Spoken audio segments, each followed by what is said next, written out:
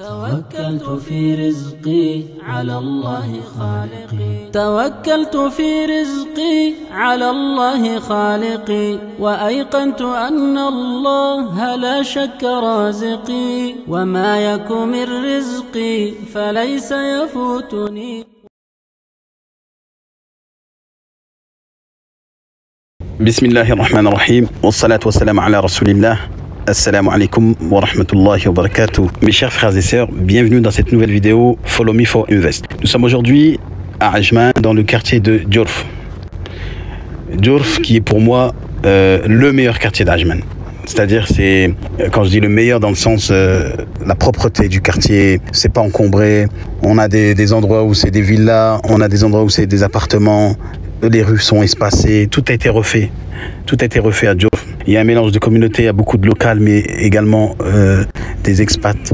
C'est vraiment, ça représente, je trouve que ça représente bien Ajman, parce que les gens, ils ont une mauvaise image parfois de Ajman, parce que, je sais pas, il suffit qu'ils ont été, ils sont restés juste dans un quartier très populaire, je sais pas, dans le cœur de Noaimia, et en fait, ils ont jugé Ajman de par ce quartier-là. Mais Ajman, en fait, c'est une ville, moi, que j'aime beaucoup.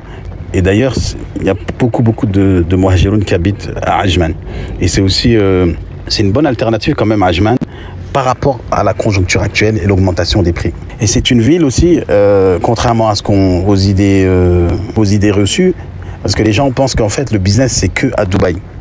Effectivement, le business il est à Dubaï, mais les dépenses et les coûts forts sont aussi à Dubaï. Donc moi, je pense que chacun doit étudier son projet avant de juger en fait Ajman, Dubaï et les autres Émirats d'ailleurs. Je vous donne un exemple. Une personne peut avoir un commerce à Ajman qui est très rentable. À côté de cela, il paye un loyer pas cher. Cette rentabilité, elle peut se dégager parce que justement, ses coûts et ses dépenses mensuelles ou journalières sont beaucoup moins coûteuses que s'il était à Dubaï. En revanche, à Dubaï, ok, on peut faire beaucoup de chiffres. Mais c'est pas toujours le cas, parce qu'à Dubaï, il y a des commerces qui marchent, il y a des commerces qui marchent pas. Même lorsqu'on va à Dera, le plus grand marché de Dubaï, quand on va à Dera, on voit des boutiques qui souffrent au point qu'ils ferment. Et donc tout ça, ça relève du risque, ça relève du produit que l'on vend, au moment où on le vend, et de la manière dont on le vend. Donc voilà. Donc moi, c'est pour ça que j'ai, dans la proposition de toute façon des commerces que je fais en général sur la chaîne Follow Me for Invest, c'est vrai que pour l'instant, je n'ai pas proposé grand-chose à Dubaï. Je voulais mettre la dernière fois un hôtel à vendre, on parle en milliers de dirhams. Mais voilà, je sais que au sein de la communauté, il y en a qui ont de l'argent, comme il y en a qui en ont moins. Mais je sais aussi que ceux qui ont il y en a qui ont beaucoup d'argent, mais malheureusement, la source de ce beaucoup d'argent qu'Allah leur a octroyé, parfois, elle empêche de venir aux Émirats. Donc, il y a des gens qui sont bien installés en France, qui ont des commerces bien installés, mais ils n'ont pas du tout la vision de venir s'installer ici, ni d'investir d'ailleurs. Ou sinon, quand ils investissent, c'est dans l'immobilier.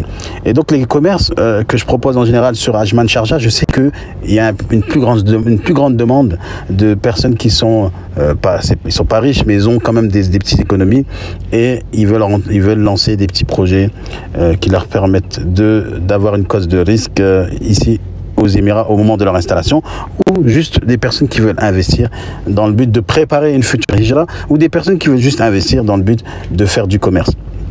Donc aujourd'hui, nous sommes à Ajman, dans le quartier de Djorf, juste après la free zone de Media City, pas loin de l'université Thombay. Donc c'est une université hospitalière où en fait on forme des médecins, des infirmiers, des anesthésistes, voilà, beaucoup de métiers autour de la médecine. Ensuite, on a l'université de Ajman aussi qui est juste à côté, même le prisme des femmes. Et voilà, on a un quartier dynamique, pas loin. On a autour du projet que je vous propose aujourd'hui une grosse communauté d'Émiratis. Donc ce sont eux la clientèle de cet endroit-là. Nous sommes en face du fameux centre commercial coopérative Al Jam'iyat Society. Donc c'est la coopérative. Quand on dit coopérative, on a l'impression que c'est une association à but non lucratif. Mais moi-même, j'ai pas très bien compris le concept des coopératives, Jam'iyat, parce que même le nom, en fait, ça sous-entend en fait que c'est moins cher, que c'est quelque chose de communautaire pour aider, faciliter. Et voilà. Mais les prix sont pas forcément donnés parfois. Moi, je préfère acheter chez Viva ou chez Nesto. Mais bon, c'est pas le sujet de la vidéo. Vous pouvez faire vos courses. En tout cas, ce qui nous intéresse, nous, dans cette vidéo, c'est que le commerce que je vais vous proposer dans cette vidéo, il est sur le parking de cette Jam'iyat. Donc, il est, on peut dire que c'est un kiosque, on peut dire que c'est un food truck, mais il n'a pas la forme d'un food truck, parce que le food truck en soi, c'est un petit camion qu'on a transformé en restaurant, ou qui est équipé en restaurant, avec toutes les normes et tout ça, et dont voilà, on fait le service de restaurant avec la possibilité de se déplacer d'un point à un autre. J'avais expliqué un peu dans la vidéo du food truck qu'on avait, le food truck La Bonne Affaire de Agib, qu'on avait posté il y a quelques mois, alhamdoulilah, qui a été acquis par un frère restaurateur de France. Machallah, qu'Allah lui accorde la baraka dans son projet qu'il va implémenter ici aux Émirats. Et on a dit que le food truck, en fait, il y avait deux types. Il y a des food trucks événementiels, c'est-à-dire que vous avez votre food truck qui est aménagé, tout ça. Vous avez un véhicule immatriculé qui peut se déplacer d'événement à événement. Et pour chaque événement, il y a des démarches administratives à mettre en place et des autorisations à valider pour pouvoir participer à un événement de façon saisonnière ou de façon événement courte durée, ou également de se poser à un endroit fixe en continu toute l'année. Eh bien, ce projet-là que je vous propose, en fait, est un kiosque. Pourquoi on l'appelle kiosque? Parce que il a la forme d'un d'un petit bungalow, en fait, restaurant, qui est censé ne pas bouger. Mais celui-ci, il est amovible. En fait, il n'est pas fixe dans cet endroit-là. Donc, vous avez la possibilité de le déplacer d'un autre point différent de ce point-là, si dans le futur, si vous trouvez une opportunité meilleure que celle-ci. Mais voilà. Il faut se dire que cette localisation est une localisation qui est assez stratégique. Pourquoi? Parce que c'est adossé à un centre commercial qui attire naturellement en fait du trafic. Les gens arrivent tous les jours en fait pour faire leurs courses le matin, le midi, le soir. Et il faut dire que c'est quand même un trafic à ne pas négliger, parce que les gens viennent naturellement à cet endroit et ensuite ils profitent de tous les services et les produits qui sont offerts dans cet endroit-là. On a une mosquée juste là, donc les gens viennent aussi pour prier. On a des petits magasins tout autour. On a derrière carrément Abaya Mall, un centre pour les abayas qui est en train d'ouvrir.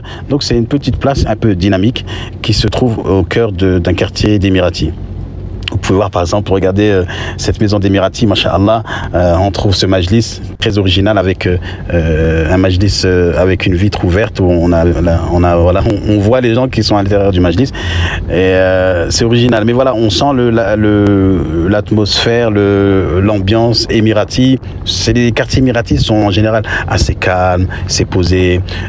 C'est pas un quartier, on va dire, c'est pas la zone industrielle, quoi. Contrairement à la zone industrielle où il y a des voitures de partout, de la pollution, tout est en vrac et tout. Là, tout est bien organisé. Les boutiques sont bien organisées. Chaque partie correspond à quelque chose en particulier. Et on a l'université qui est juste derrière. Et les quartiers, on a la bibliothèque islamique au cœur de ce quartier. Subhanallah, la bibliothèque islamique, c'est là même qu'on donne les cours du Markaz, et avec le projet Safwan, sur le projet des lecteurs de la langue arabe que vous pouvez voir sur la chaîne Follow Me for Hijra, que j'ai publié il y a quelques jours. Un projet intéressant. Eh bien, en fait, c'est justement, comme je passe là tous les jours, eh bien, je suis passé devant ce commerce à vendre et j'en ai profité pour en faire une vidéo parce que je trouve que c'est une opportunité à saisir. Voilà. Donc, la personne qui revend, c'est une émirati, c'est une femme. J'ai pas demandé les raisons de la vente parce que ça n'avait pas d'utilité. Elle fait un concept qu'elle appelait salé sucré. Vous n'êtes pas obligé vous pouvez garder le même nom, mais vous n'êtes pas obligé de garder le même concept. Moi, je conseille même de changer le concept parce que ce qu'elle m'a dit, elle m'a mis la puce à l'oreille. Elle a dit les Émiratis, lorsque vous venez avec un concept nouveau, un bon concept, eh bien, ils se ruent en fait vers vous. Et si c'est bon, eh bien, ils restent avec vous fidèles et ça devient un endroit fréquenté. Et ce qui est bien, c'est que ce kiosque, vous pouvez apercevoir qu'en fait, déjà, il est tout équipé. Donc tout le matériel nécessaire, c'est vraiment clé en main, hein. Vous pouvez commencer du jour au lendemain. Vous pouvez commencer directement en fait après l'achat.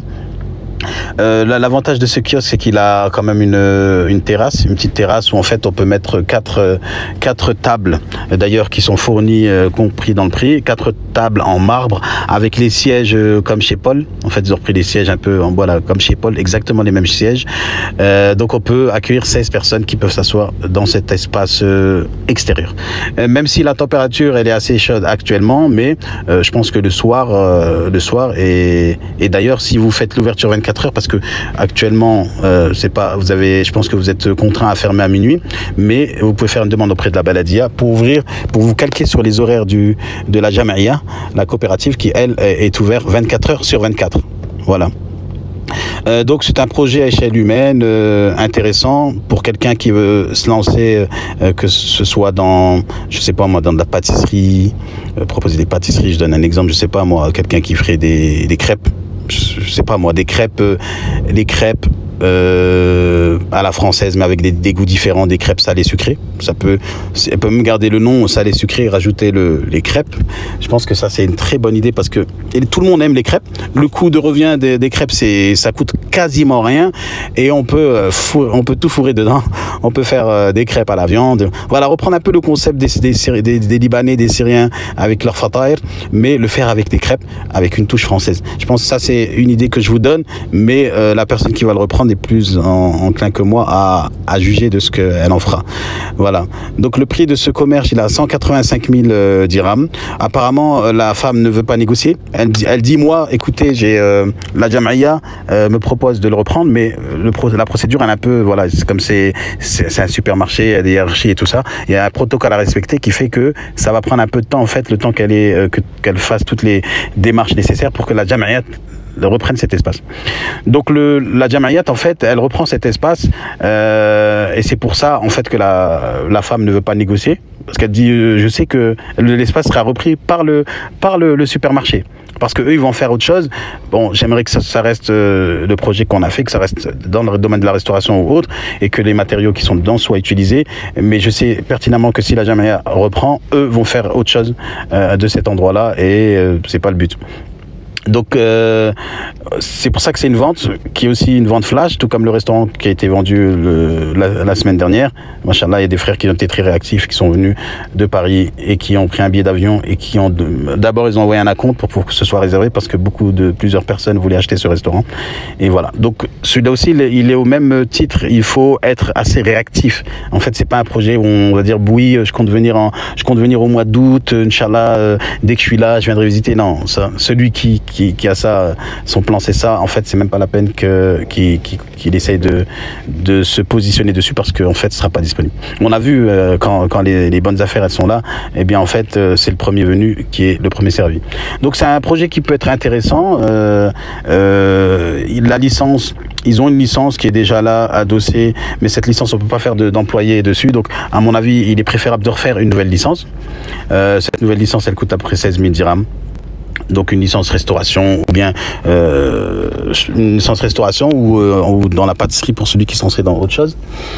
Et ce qui est bien, c'est que c'est des Émiratis, donc vous avez aussi la possibilité de faire avec eux une licence très très très peu chère. Je sais pas, c'est pas une licence qui coûte dans les 5000 dirhams comme ça, parce que c'est des Émiratis. Il y a une forme de licence, une forme de société que lorsqu'elle est établie par un Émirati, eh bien vous payez très peu cher l'année. Donc ça c'est une des options qu'elle m'a proposé, cette femme Émirati, pour celui qui reprendrait cet espace-là. Ensuite, ce qu'il faut se dire, c'est que cet endroit-là, les endroits type food truck et tout ça, maintenant il y en a plein sur sur Ajman, sur Dubaï et tout ça, mais c'est des endroits qui sont très très demandés. Et cet endroit-là, la Jama'iyya, cet endroit-là, il n'y a pas d'autre endroit pour... on peut pas se positionner dans cet endroit-là, c'est-à-dire que c'est un endroit qui a été pris, et ils ont un engagement de 4 ans avec la Jama'iyya, et en fait c'est une opportunité énorme que d'être là, parce que en temps normal, on peut pas venir se positionner là. Si vous voulez faire ce type de business, vous allez devoir trouver un emplacement autre part sur Ajman. Donc ça, c'est quand même une ni'ma de profiter du trafic d'un supermarché pour un investissement de 50 000 euros, hein, parce que c'est ça, c'est à peu près 50 000 euros, je pense, un peu plus peut-être avec les frais, mais voilà, ça a des 50 000 euros à tout casser. Voilà. Et pour un business clé en main, déjà prêt, avec vous avez la possibilité de faire votre résidence, votre ikrama et venir habiter. Et en plus, celui qui habite dans ce secteur-là, il habite dans un quartier très agréable il y a des écoles pas loin. Ses enfants peuvent être épanouis et voilà. Donc c'est ce projet-là qui est aujourd'hui en lumière sur la chaîne Follow Me for Invest.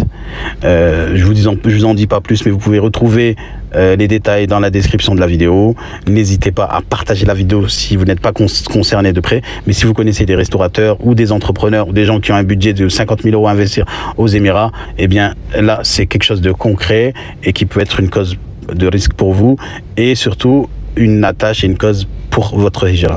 Jazakumullah khairan, ahsanallah ilaykum, assalamu alaikum wa rahmatullahi wa barakatuh.